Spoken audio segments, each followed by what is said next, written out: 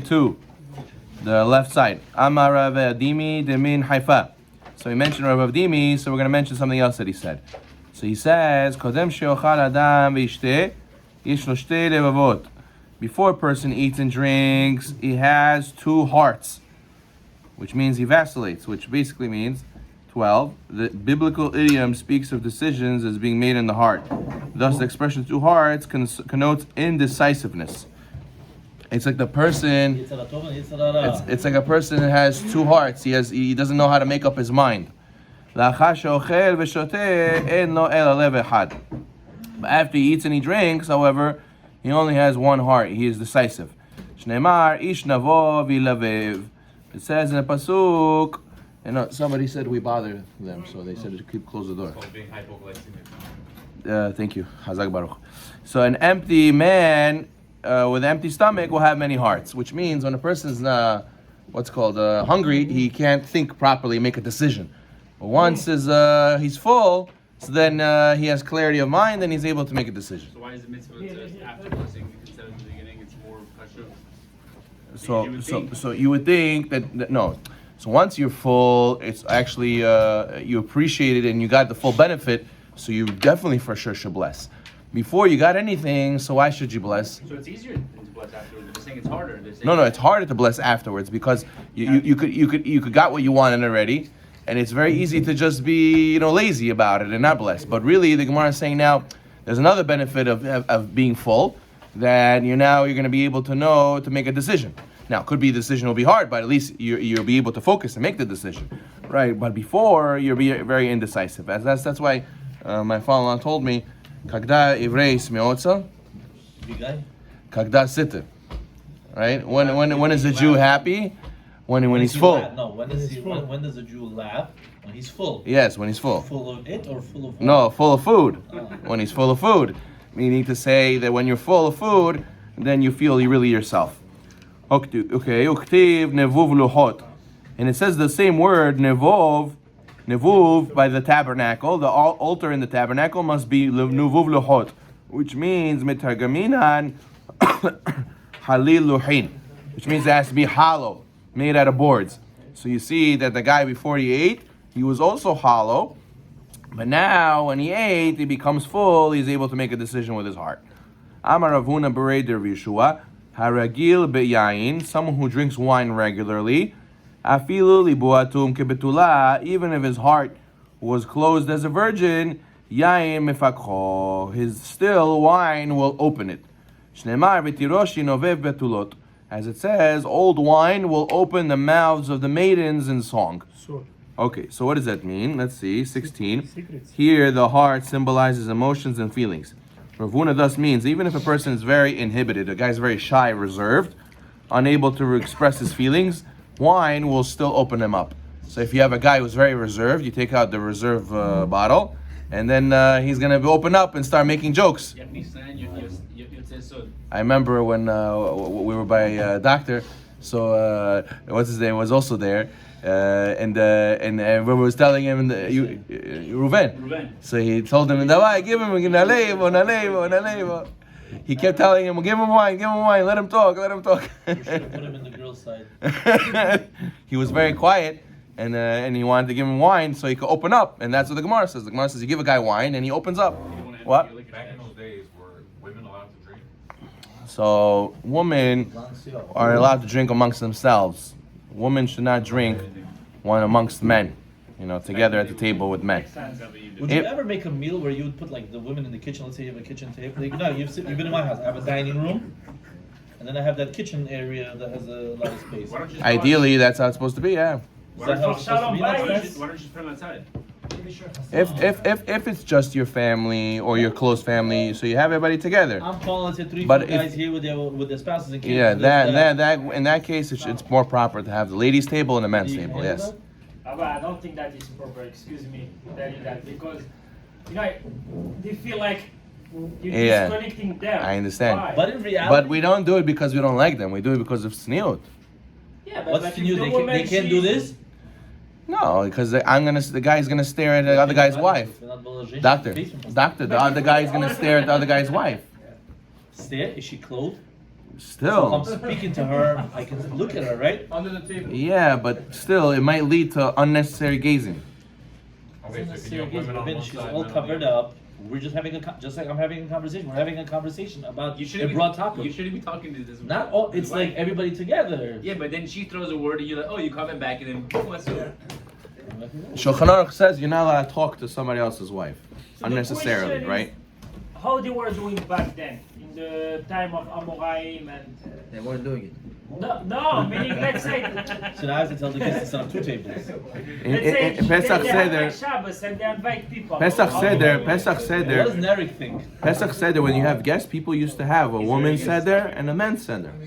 Rabbi, That's how it used to be. Mr. Seder, we have a question. They're saying that when you're sitting in I love how you're asking him. the men should sit on one side and the woman should sit on the Rabbi, other side. No, not on the other side. In the Yeah. other room. That's in Bukhara, not in New York. But to be honest with you, in all reality, like me and my wife, like whenever we get together, like she's okay sitting like in different sections. Some people have to be Your next wife to is their different than spouse. most. I think For- you're more okay than For what's it called? Listen, a lot of times when people make weddings, Honestly. I teach a lot of chatanim, and a lot of people say that, Rabbi, okay, fine, we'll have separate dancing, but we have to have mixed seating. God forbid that my guest should come not be able to sit next to his wife. God forbid. You know, this guy's complaining that he has to sit next to his wife. He comes, he doesn't even sit next to his wife. The whole time he's going to his buddies, making l'chaims. He sits next to his wife. He doesn't even want to talk to her. He doesn't even have anything to do with her. And what? It's all just crying. Oh, my wife. I'd be next to my wife. But Wives, no, 20. There's My some wife wives. enjoys the separate. There's some wives that they don't have friends. They're not able to communicate with Antisocial. anybody. Today is not the Antisocial. same, yeah. And they need to be next to their husbands. yeah. the ladies need to know how to, mingle with the community members of their ladies in the These community. ladies, and I hope you're recording, are bedas bepal. What does that mean? Bedas, beli hands, without feet. Can't do Ah, anything. yeah. Tell those ladies, pretend you're at home. Everything will change. They need to learn to have friends who are ladies in the community. Not only the same cousins, husband, husband. You can't. You got to break that bubble. It makes it that it's worse. Why? Because now this lady doesn't have any interaction with other people. Other people think that they don't like them. Why are they not open up and speak to us? What do we do to them? Why are they always in their same bubble, in their own clique? It makes it feel like, oh, we're not good enough for Only you. clique is the spouse.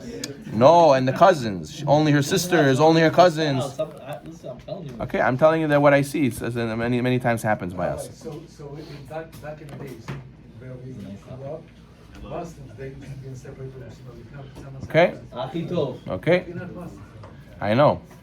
That I know. So says the Gemara, if you want a guy to open up, you give him some wine, even if his heart is very closed up, it will open it up.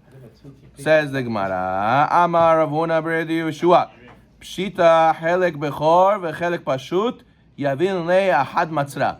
It's obvious regarding the firstborn portion and the ordinary portion of a firstborn that you give him 2 portions that share one border, which means that you have a firstborn. Right? What is a firstborn? Get a double portion. What's a double portion?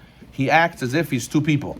So if let's say you have 3 brothers and there's one that's the oldest, so the oldest gets, they split as if there's 4 boys, and the oldest gets as if he's 2 people.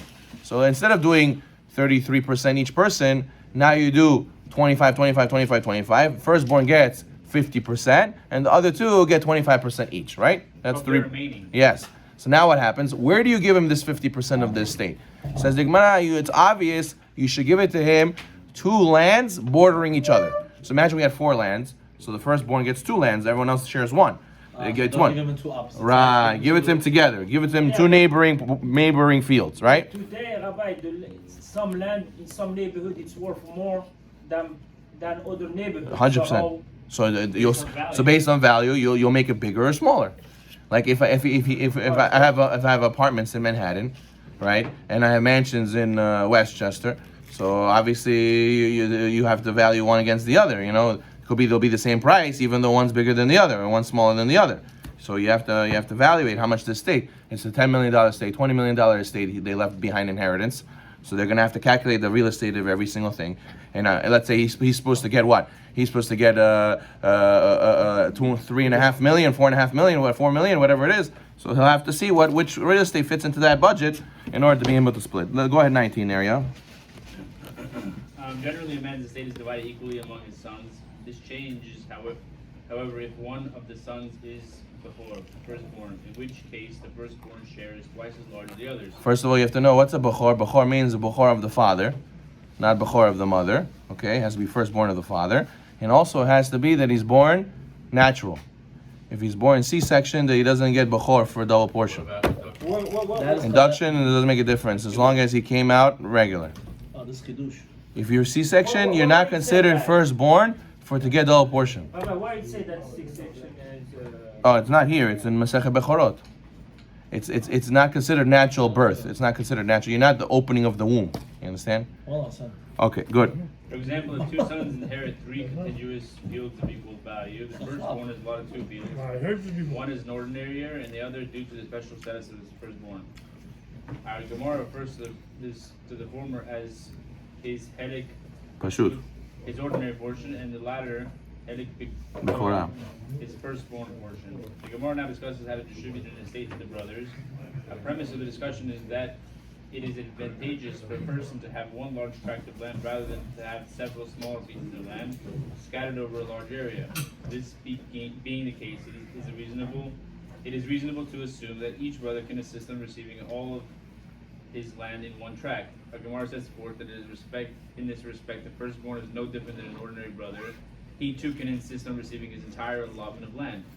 In one tract. Yeah, his firstborn portion and his ordinary portion in one tract. In this case mentioned above, then where their two sons inherited three contiguous fields, his firstborn is allotted the middle field, and the two brothers then can cast lots to determine which of the outer fields each receive. Okay, good. So now also you should know, Alakha, that girls, if you have a girl but you have boys, girls do not receive any inheritance when there's boys. But if there's no boys, you only have girls, so then the girls split as if they're boys. What if you So have older girls and then you have one boy? so boy gets everything. Boy gets everything. Yeah, girls get 0. Why? No, depends if she's not married. No. Don't tell If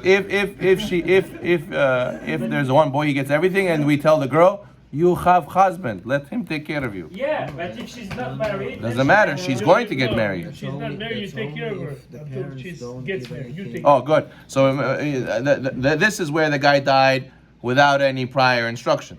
If he made a trust and he wrote a will with the procedures, with kinyanim, with gifts while he's alive, so then you can gift your estate to your daughter before you die. You can give a gift to anybody you want before you die. But if he died already without instruction, according to the Torah, it just goes to the son, and the girls don't get anything. but the son has to take care of her. No, it doesn't supersede the Torah. It's because he already gifted it before while he was alive. It's not considered an inheritance. When But it only went into effect after he passed away. Correct. So how is that okay? It's a contingency plan. It's a kinyan that's set up that should fall. It should work before he dies. The second before he dies. So what about if the Bechor? Second before he dies? Yeah. Not when he dies. No, because once he dies, the Torah's rules of inheritance go into play. But he, okay. He has to set up in advance with a kinyan, a kinyan, that this should go to so and so, this should go to so and so before he dies. Yes. What about if the Bechor is doing some bad thing, kind of drugs and things? So can you say, okay, because of that I give everything to the daughter? So good. So the Torah says, the Gemara says, it's not right. It's not. You hear this, Mr. Rubinov? It's a very good question. Let's say the oldest guy or one of the siblings is a off the derech guy. He's a criminal, right? So the guy doesn't want to give inheritance to this guy. Why should I? It's a waste of money. Ask him something. If he doesn't Oh, have anything, so the Gemara says it's not right to write him off from the inheritance. Why? Because he's gonna have kids. This guy has kids. Why are we evil to him and all his children? Okay, I understand you want to be mean and punish him, but what about his kids? Maybe his kid's gonna be Talmid Chacham, and they could use this money. You know, Let him So retaliate. Like two part? don't cut him out completely. Don't cut him out completely. What about No, but still. So how much you give? You even can. Malachronim you do a little bit, no? No, that's like. How we gonna figure out? Let's say right now you You have. call your father and you ask him. Rabbi, This is, what about Esau? So we have What about a Esau? rabbi here. Did he get anything? See, Rabbi? So he actually thought that he demanded what's a portion of Myra to Mechpelah because of inheritance. That's what he claimed. Esav, yeah. That's what the argument was, and Yaakov actually proved to him that everything was given over to Yaakov. So that's what the argument was. Yeah, he also would claim the inheritance. But he got a little bit. She got a little bit. He says there, yeah. Says the Gemara, Yavam Mai.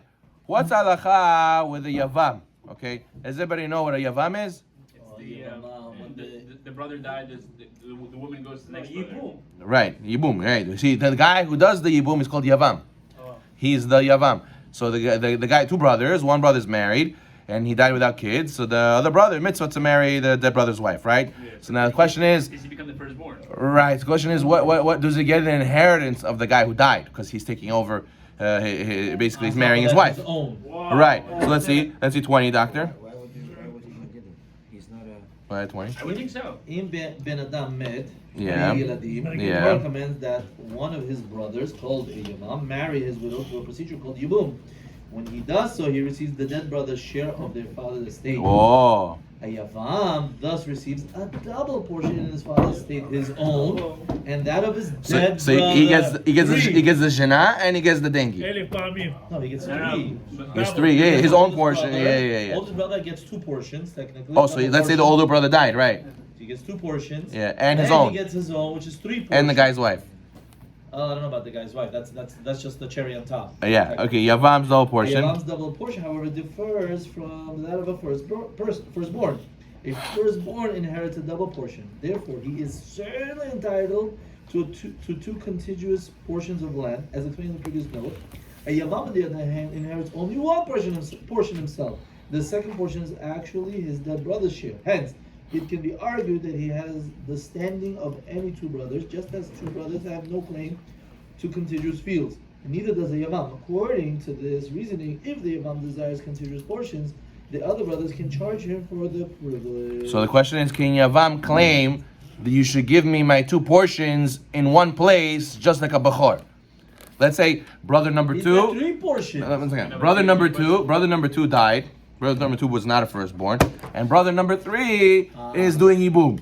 So now brother number three is saying, give me brother two and my own portions together, just like brother number one's is together. Because he's gonna do Yibum. Yeah. So the Gemara says, is the halacha that he's right, or they can charge him for that? I don't think so. Says the Gemara, Amar Abaye, he is exactly the same as the firstborn, and he's entitled to contiguous fields. Why?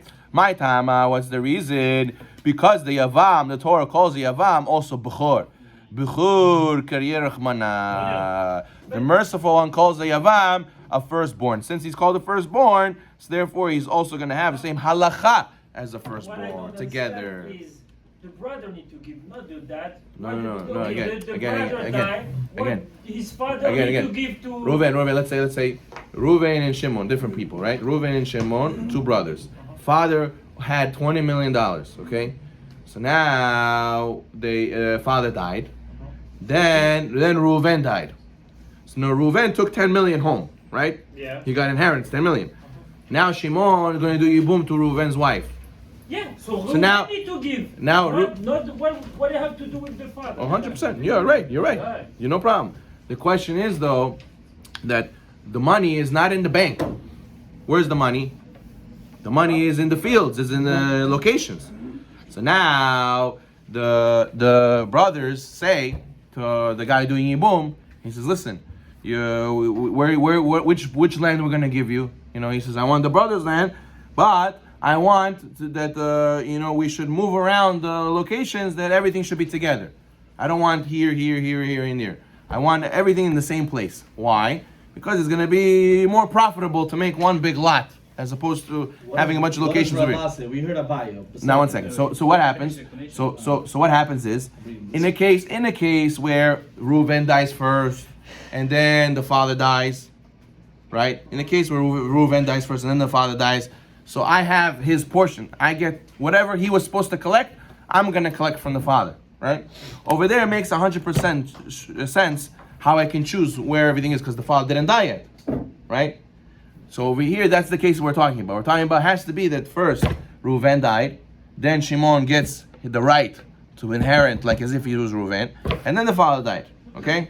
But if it was the other way around, it's harder. it's harder to make sense to everybody should switch. Everybody should make it in one place. Yeah, what are you saying? Just a quick question. Is there any like investigation that goes on when the older brother dies? Because if there's like a rich older brother, what stops the younger brothers from, you know, What do you mean? I don't understand.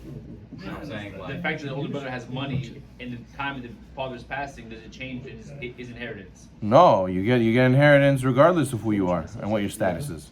It doesn't matter your financial status. no, my question is, what's stopping the younger brother from like, you know, killing his Michael, older where was brother? he this whole See, time? why would he kill his older brother? Story. I'm just saying, like, is there any investigation that goes on before he gets his inheritance and all this? He's saying people kill each other for life insurance. I don't know. Do they? I don't know. Do you know something we don't know? No, I'm saying that life insurance, this is a known thing, that people who know they have a big policy, I'm they just asking if there's any investigation.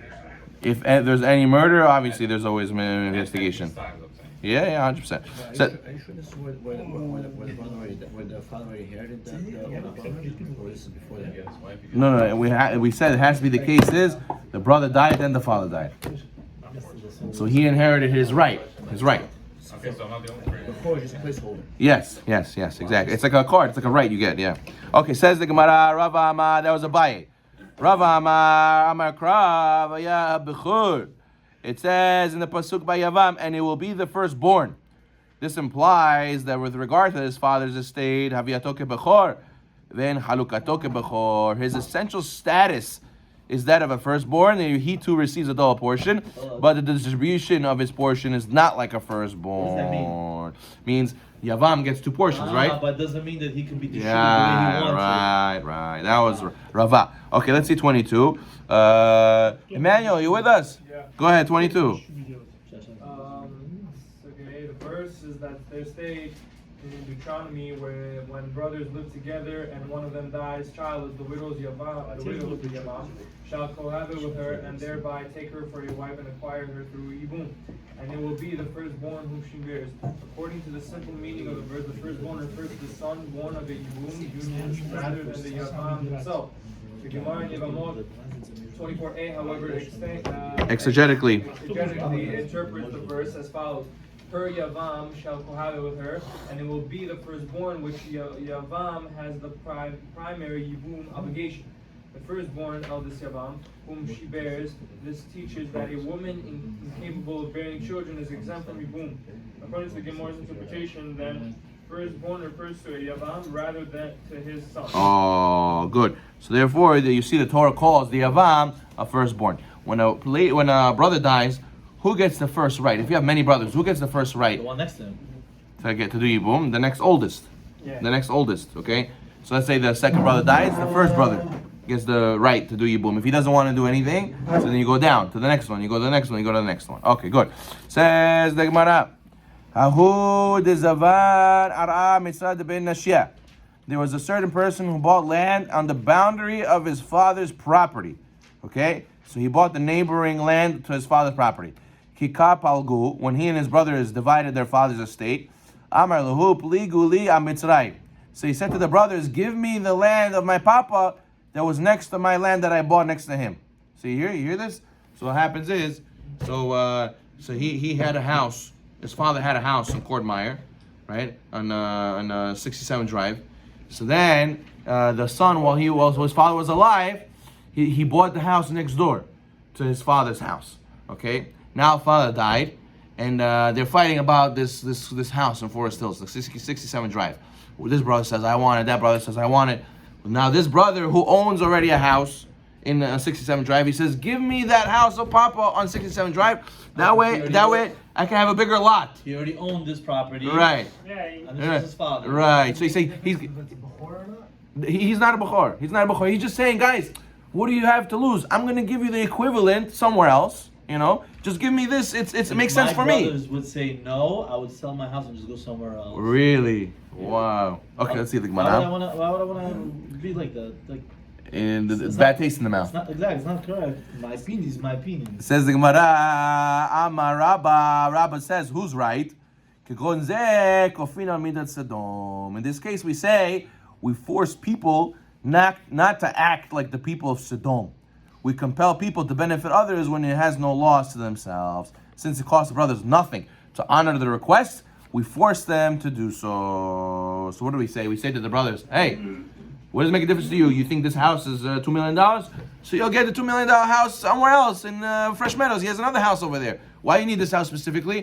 You have nothing to gain. So let him enjoy. Let him have two lots together. What is the big difference to you? What, you're going to be evil like Sodom? Well, oh, we don't do chesed. We don't help people. Why? Throw the guy a bone. Let him enjoy. So therefore, in this case, we force him to not be like Sodom. I'm going to use this word. Matkiv le Rav Yosef. Rav Yosef asked Rabbah, Amr le'achem aleluya. But the brothers can say to him, what? The field that you request is as valuable as to us. Ki nichse de Bar Marion, as the property of the wealthy Bar Marion house, whose fields were of the highest quality, right? Therefore, we refuse to allot you the entire field unless you compensate us, since the brothers will thus incur a loss if they honor the request. We do not compel them to do so. So therefore, the brothers are right. What is the claim of the brothers? Real estate. How do you evaluate real estate? Quantity Right? of money that's going to bring. Real estate is all what people give value. You understand? If people look at Kortmeyer as ooh, so then the value goes up, right? So the brothers say, it's so valuable to us, this is so special, so therefore we do lose. I don't want to live in Fresh Meadows, I want to live here. This is more valuable to me. So we are losing money. If we didn't lose any money, it would be the same to live there, the same to live here. Fine, so we give you. We want to be Sodom. But this is valuable to us. Value is value regardless where you go. You can buy in Fresh Meadows 2 lots for $1 million. You Yeah. can buy one. Meaning they're not exchanging sentimental value. Right, They're exchanging actual dollars and cents. right. But here it's more expensive. It's more valuable. No, but if he's taking this property that costs $1 million here, he has to compensate $1 million somewhere else. Right. What they're saying is that there's a sentimental value. Let's see, we're going to see next time we're going to see if it's sentimental or it's actually, let's see the soil. Let's see the soil. Maybe the soil is actually better. Physically, I understand, but otherwise, it's really sentimental. Yeah, so we'll see. But the Gemara says that if they're going to have a loss, then you can't force them. Baruch Adonai Olam.